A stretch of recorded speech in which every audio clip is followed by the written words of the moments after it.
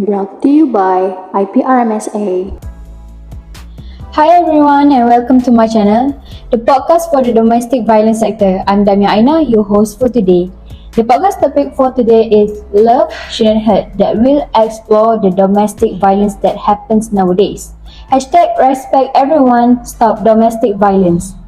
So, before we start, I'm going to say that sexual violence is a very sensitive subject that can bring up uncomfortable issues about power, about relationship between men and women, and about personal experience of violence. So today, we will be joined by our very special guest, the adorable Miss Shahira Alia. Okay, so Miss Shahira, do tell us a little bit about yourself and what course you are taking and so on. Hello, hi. Thank you for inviting me. I am Nushira Alia. I am turning 22 this November and I'm taking public relations in bachelor degree at UiTM Alugajah, Melaka. Okay, thank you, Miss Shahira. So today, we will be discussing the topics specifically about domestic violence and sexual abuse in relationship. What comes to mind when you hear the phrase domestic abuse? So, domestic abuse, also called domestic violence or intimate partner violence, can also be defined as a pattern of behavior in any relationship that is used to gain or maintain power and control over an intimate partner. Abuse is physical, sexual, emotional, economic, or psychological actions or threats of actions that influence another person. This includes any behaviors that frighten, intimidate, manipulate, hurt, humiliate, blame, injure, or wound someone.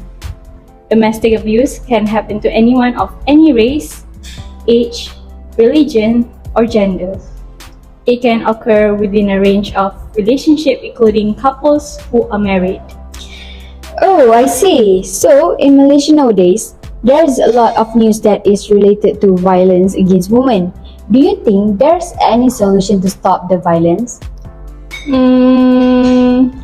When you're worried that you will harm or hurt your partner, you should try to step away into another room if you can, or go outside for a deep breath and demonstrate kindness and patience in your words and actions.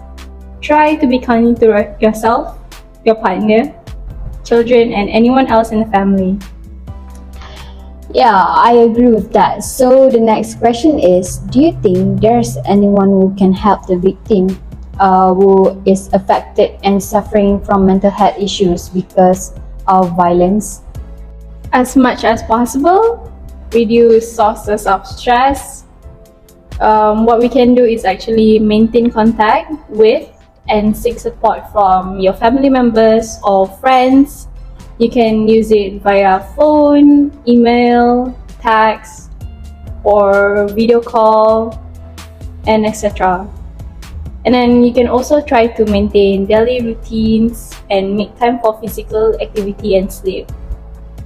So in order to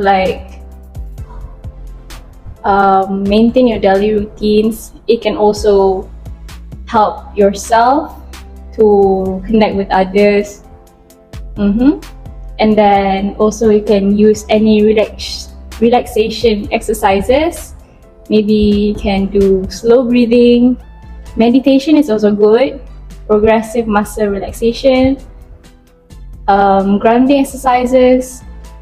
This is to relieve stressful thoughts and feelings that you're feeling. Yeah, I think that's all. So, domestic abuse is often discussed as or confused with love. What do you think of Miss Shahira? Abuse is no matter what is abuse. It doesn't involve love and it's not part of a healthy relationship. A lot of couples in the world have a healthy relationship without abuse and violence, and they last forever. Some are afraid to lose their partners or not to be loved.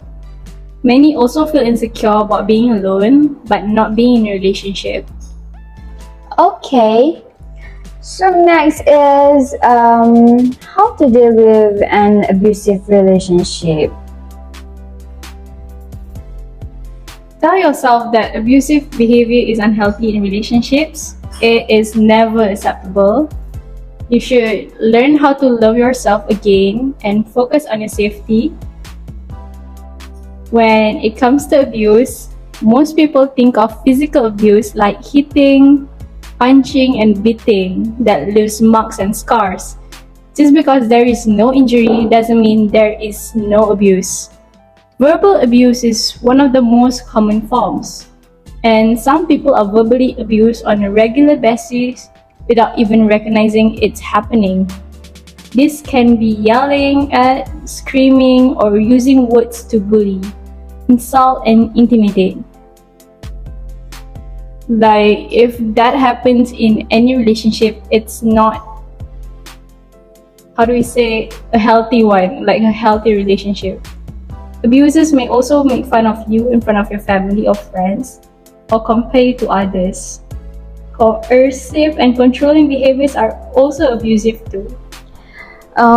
So before we end our session, I have another question for Miss Shahira. Do you have any suggestion to keep a healthy relationship? Abusive behaviors are often repeated, so once it happens, it can happen all over again. So it's an endless cycle. Setting clear a boundary is about by protecting yourself is a good way. You should do it in the first place to avoid being hurt or being misunderstood later on. And also by doing this, you can protect your physical and mental well-being. And how do you say, like, you actually already prevent things or situation that could make you miserable. Okay, so thank you so much for spending your time with me. I'm afraid this is all the time we have today. Till we meet again, Miss Shahira. Thank you so much for having me. I had a good time and hope all the listeners out there remember to stay in a healthy relationship. And if you find yourself in an abusive relationship, make sure to leave that relationship out. You need to go. Thank you. Thank you. So, before I end our podcast session for today, I would like to highlight love is not abuse, and love shouldn't hurt. No one has the right to abuse you, and you shouldn't tolerate any form of abuse even though you are told by the abuser that he or she is doing that because they love you. Hashtag respect everyone, stop domestic violence. See you next time.